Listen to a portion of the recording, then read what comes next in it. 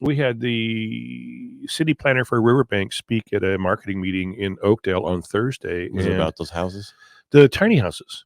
Yeah. And they've got a whole subdivision that is being approved and will start. And so they did approve it. They did approve it because they had to make a change in their charter or something because it didn't allow that. They did, and I size. think I'm not going to say for certain that it's completely approved at this time, but the map is there. You can see where it's going to be.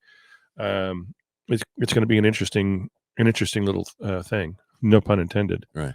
Well, I was watching the show called Bargain Flips or whatever, and it was back in Detroit, and they did a 649 square foot house that they'd fix. Yep. And of course they're selling it for 110,000. Right. Different, all brand new, and then other ones. Just how cheap places in Detroit are for.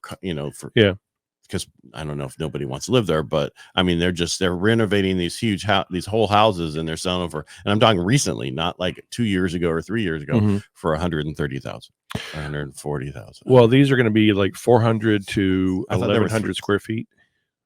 They said they had to go like 400 to 1,100 square feet.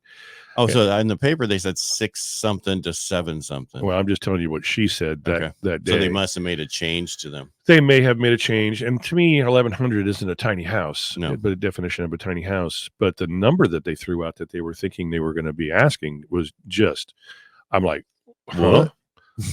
And she said, don't quote me on this, so I'm not going to quote her, but it was astronomically high. I thought they'll never get off the ground. Well, when they put them in the paper and they talked about it a couple weeks ago, they said 600 to 700. I'm just saying what they said in the paper, and they were going to start off at 350. That's the number. 350,000. And I'm like, I don't know. That's a couple $100. They'll go. I'm just telling you, they'll go because they're new.